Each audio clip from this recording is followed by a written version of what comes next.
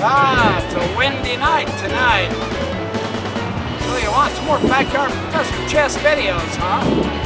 Alright, you got a deal. Hey, welcome back to the Backyard Professor Chess videos. I'm back out of the wind.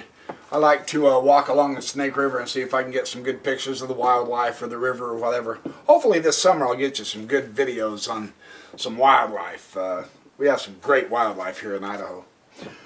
Well, I've been doing a few chess openings, and I've been playing a little bit on chess.com and getting trounced. In fact, you guys are watching my videos, and you're beating me with the knowledge that I'm putting in my videos, and it's not fair. However, way to go, man. I'm going to have to work my butt off, man. All right, I want to do the King's Indian. I'm going to show my bias here for black in this next series of videos. Let's do some King's Indian. I've had a few people say, hey, what about black? You know, well, if you get good enough, it doesn't matter what opening, you can win black or white pieces, right? But in this particular instance, I want to show you the value, the strength of the King's Indian. It's been around since, what, 1920s? I think, about the same time as the Nimzo Indian Rose. This particular game, I'll just kind of express the philosophy to you as I start this game. This is one of the coolest King's Indian I've found so far. I've been looking through my, books and stuff like that to find some of the good games. And this is by Bella Venitz and David Bronstein. Now, David Bronstein missed the chess world champion by that much. Just a hair. He only had one more game to go to beat Botvinnik. And Botvinnik, of course, was the absolute scientific, perfect calculating machine. Man, his games are phenomenal to go through. Bronstein is I think he's too unknown. I'll put it that way.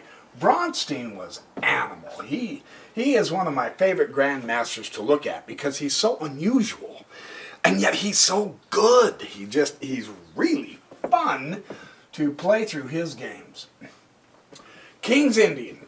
One option is to pull out your knight on f6. It's a queen pawn. It's a response, I should say, to a queen pawn opening.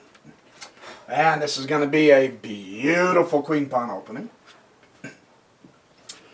And he pulls up d6.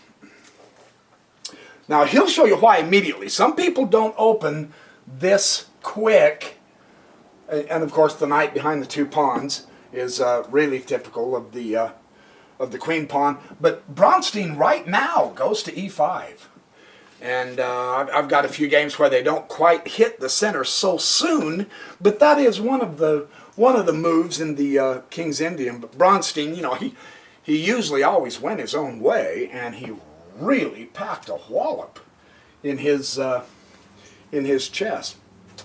So, Bella Venitz has his knights, and Bronstein has his knights. Now, he pulls the knight down to here. With the two pawns, if you come up to c6, you can, and I mean, it's not is it personal taste? Who knows? But if he closes off the center like this, then that kind of makes it awkward for the knight. He probably zips over there to a5 or down here to e7 and then come along over here on the king side. But apparently Bronstein wanted to avoid that. He put it on d7. Now at d7, of course, he's touching the e5 and the c5 really good. So anyway, that's his particular knight move. And I've seen people comment both ways. With the knight on c6 or the knight on d7, and some of the advantages and the disadvantages, and it almost comes out like it's someone's personal taste instead of, with Bronstein playing, in other words, it doesn't matter where he puts his knight. He's that good, man. Yeah. Well, of course, he's going to get ready to bring his bishop out on the g. He's going to fianchetto the bishop so that he can zing along that long, beautiful, gorgeous aisle. And Bronstein says, hey, that looks like a good idea. I think I'll fianchetto my bishop too. And he does. Now this is typical of the King Indian. This fianchetto of the bishop.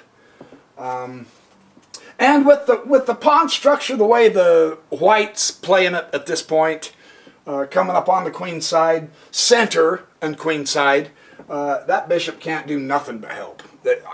That's a pretty good opening for both. And then, of course, they're both going to castle.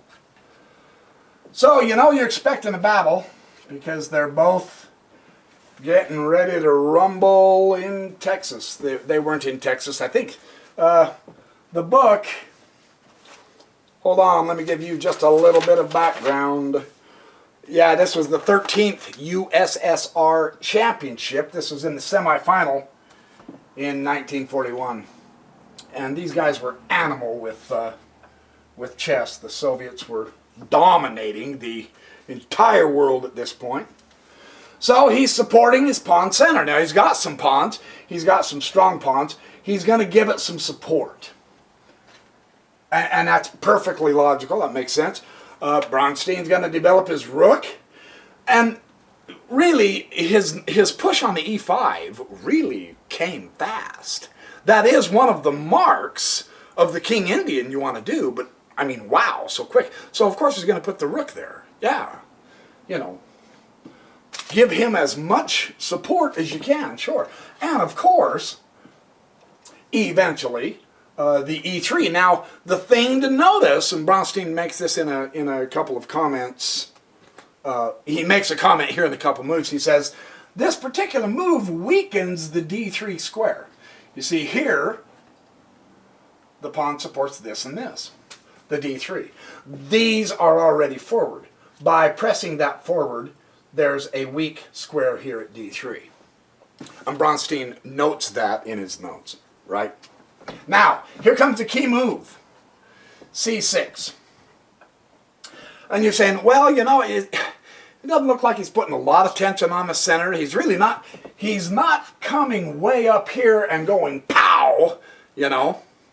He's kind of, it almost looks conservative in a way, doesn't it? Well, it is. And Bronstein says this is one of the key pawn moves in the King Indian. And the purpose... I mean, number one, it gives you support. Since the e5 has come up, the d5 didn't have a pawn support, and so by pushing the c just to 6, see, if he would have done this, you can see the hole here is tremendous. That's a gigantical. There's no pawns here supporting that hole, and there never will be, and I mean to tell you what, that is sweet sherry for a knight, right? So... this is what Bronstein is avoiding by pushing the pawn just to c6. He'll attack the center, just not in that manner. I mean, there's no reason to give white a hole like that, really, truly. That is a much stronger pawn structure. What this does is it opens up for the queen. And that's the point. And Bronstein says that this is one of the really important key moves for black to make. Queen comes up to c2, and the queen comes way out here to a5. Now, Bronstein's note here says, what I'm doing is I'm preventing white from bringing his bishop up to a3. Again, a really long, beautiful diagonal toward the king side. That is a real good move. And he says, I'm also looking... oh, I'm going to sneeze. Holy cow. Woo! Itchy nose hairs, itchy nose hairs. That sucks, doesn't it? Bronstein says from this point here, the queen can also eye the f5 and h5 squares across the aisle. So this is a really powerful move in the King's Indian, according to my man Bronstein. a4, advancing, yeah, it leaves a hole here on b4. He's not that concerned about it, really. He's thinking of something else. Bronstein's not really going to utilize the b4 hole.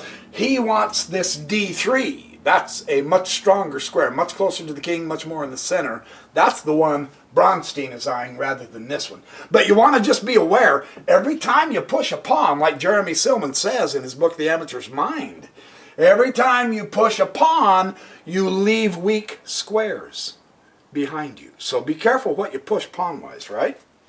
Very interesting. And now, knight f8, and here we go. Woohoo! we're on. And so much for presenting, preventing bishop a3, huh? He found a way. He pressed the pawn. You got a great outpost here on b5 if he decides to use it for his knight. If he decides to push here, say, instead of taking here, push here and force that pawn forward, or else take it, then he's got a nice outpost for his knight. He's actually got a real nice outpost here on d5 for his knight as well. But if you can see he's amassing his force on the queen's side, and so in keeping with the theme of the queen's side, both of those are great outposts for his knight if he can get that c6 pawn to move, right? Well, the bishop a3 is hopefully going to help him do that. This is the idea. This is the theme that the white is playing. And Bronstein brings bishop to f5. Now we're getting, and you can see, white, queen to bishop 2. He's definitely going to go for a queenside, right? And here's what he's saying now. He says, had he went ahead and pressed e4 at this point, if he had done that to try to break open the center, Bronstein said, I definitely would have taken the pawn. He said, absolutely, that's where I would have went. And what that does is it opens up the file really, really powerfully toward the king's side. And Bronstein has a lot of his pieces over here. And you notice something, Belavenitz is pushing a lot of stuff over on the queen side. So that's kind of interesting. So the tension in the center is going to make a huge difference here in this game. And Belavenitz is obviously pushing for the queen side. Absolutely. And now Bronstein brings up his rook a to d8. Again, the two central. And there is a lot of stuff in the center here, isn't there? Really. But it's a fluid center. It's not locked. Those pawns can start exchanging and all kinds of files can start opening up, right? So Bronstein's trying to beat him to the punch to the files. And Belavenitz comes to there too. Very nice. And now look what Bronstein does. Whoa, pawn to e4. Here it comes. Now, Bronstein is doing a full-scale kingside now. I mean, really, he's been committed, but that really commits him. And he's going to swing. He has the option, I should say, of swinging his queen over here real quick and having his entire army over on his king side. So this is going to get hairy fast. Knight dodges down to d2. Again, he's going to challenge this, and he's going to support his center as much as he can. When you go to a wing, doesn't matter whether it's the queen side or the king side, you want to make sure that the center is secure, or your wing attack won't work.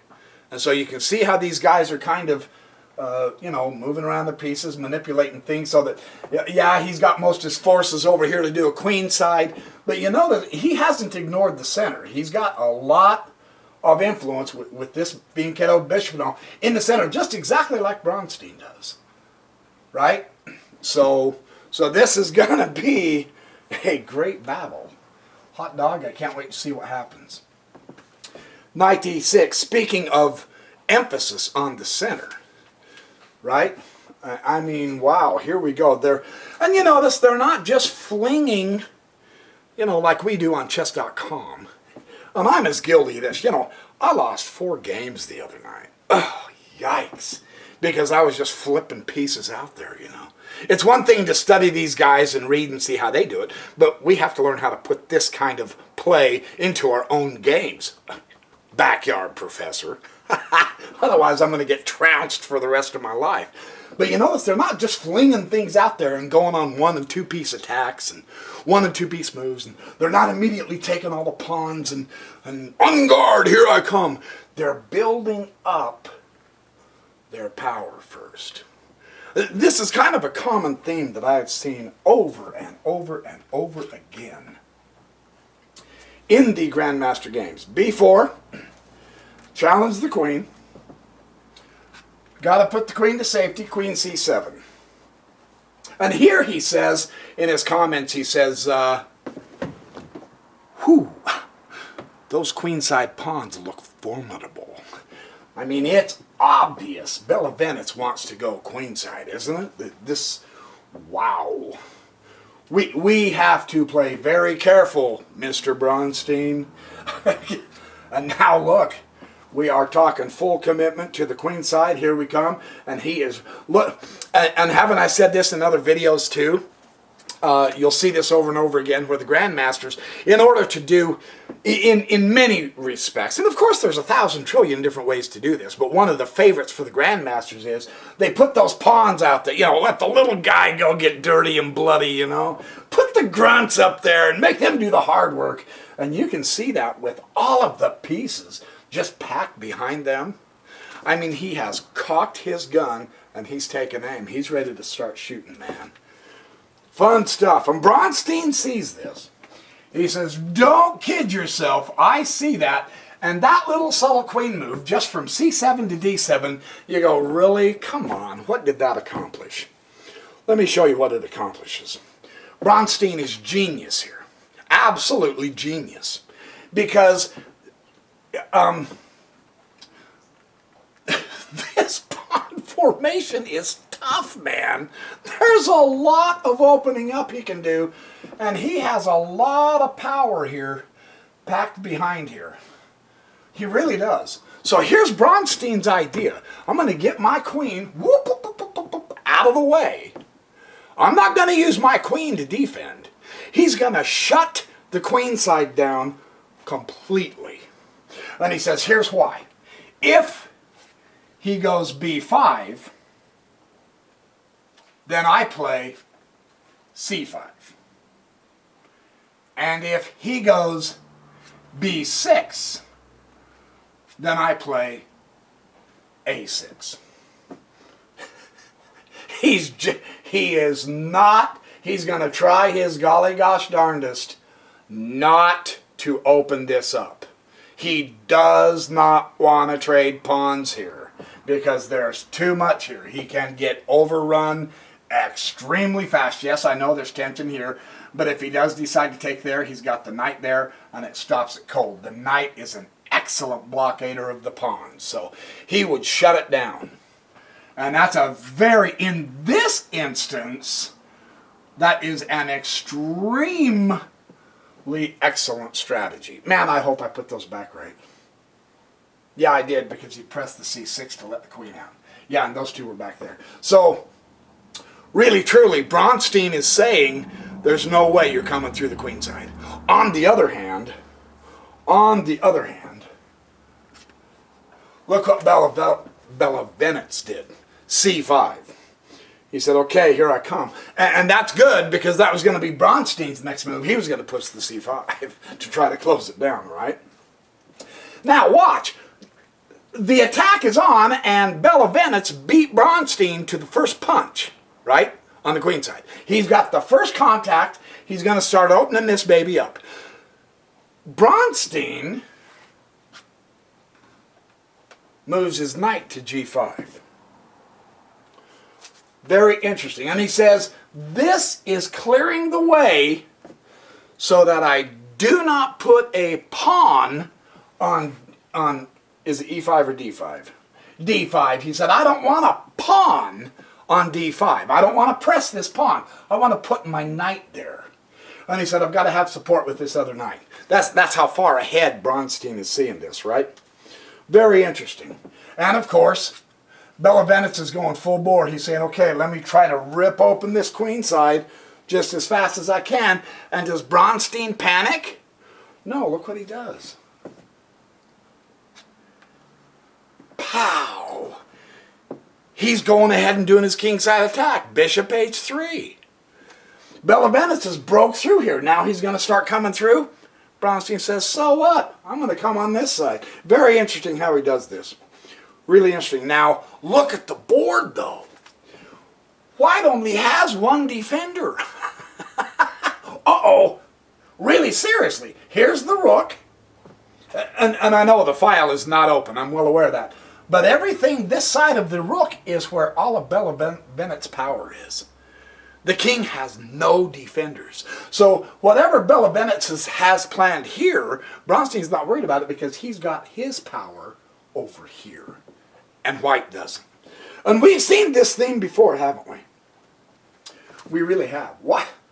Bella Bennett drops the worst square on the whole board for bishop. He's driven him right down to h1.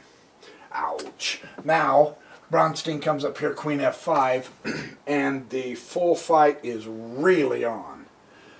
Man, now Bella Bennett realizes, I'm not going to make it on the queen side fast enough. I really have to pull someone back over here to help support against this king attack that I think is really going to kick my derriere, and I think he's correct. Knight d5, there's that knight d5 move. Now he says, the reason I wanted the knight d5, one, it solidifies the center for me. It shuts him out of the center, so it's not as easy for Bella Bennett to swing his army back over here because he has to kind of go through the center to get back over to the king side, right? The king is just almost by himself as far as defense goes. And he says the other thing that I'm looking for is it's literally impossible to stop bishop g4. And that's going to be one of the keys to his attack. Right now, this bishop has simply been stopping those pawns from coming up in the defense and hopefully taking a piece or two, or giving the king support.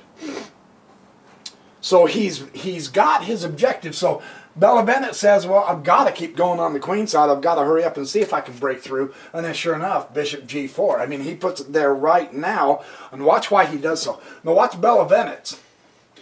He moves his king f4 to f1, I mean. He's got to give more support down here.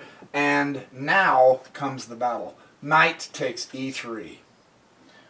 And notice it came from the d5. Here, from here, not from here. Well, that can't reach it, I know that. But the attack is going to come from the center to the wing, which is always really strong. So, check. King comes to e1. He began to move because he can't stay in that corner because he's going to be trapped like a rat in a cage. And now watch. Knight f3. Check. And here's where white resigned. Now the reason why is really interesting. If we have the case where the bishop takes the knight to undo the check, then queen can take the bishop. Oh, nope. Nope, that's not true. Nope. Sorry, I lied. The bishop takes the pawn, and the knight takes the bishop, and then the queen comes in. That's right. That's right. And it's curtains from here. You can't possibly win because the king is shut off, and now all you have to do is drop down to here. And you've got it. Isn't that nice? that's quite a concept. This game is instructive because of the way the center was handled. It never really did get blown open. There really wasn't a lot of open files for the rooks, but there didn't need to be because it was semi-open, semi-closed, and Bella Bennett's put all of his material on the queen side.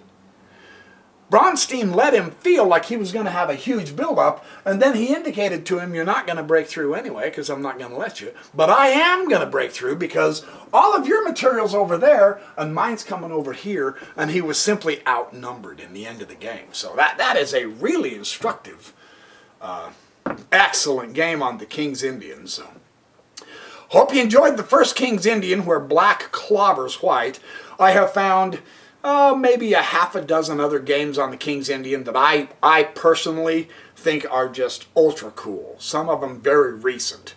And some of them are classics from former chess tournaments that I'm going to show you. So anyway, there's your lesson. There's my lesson.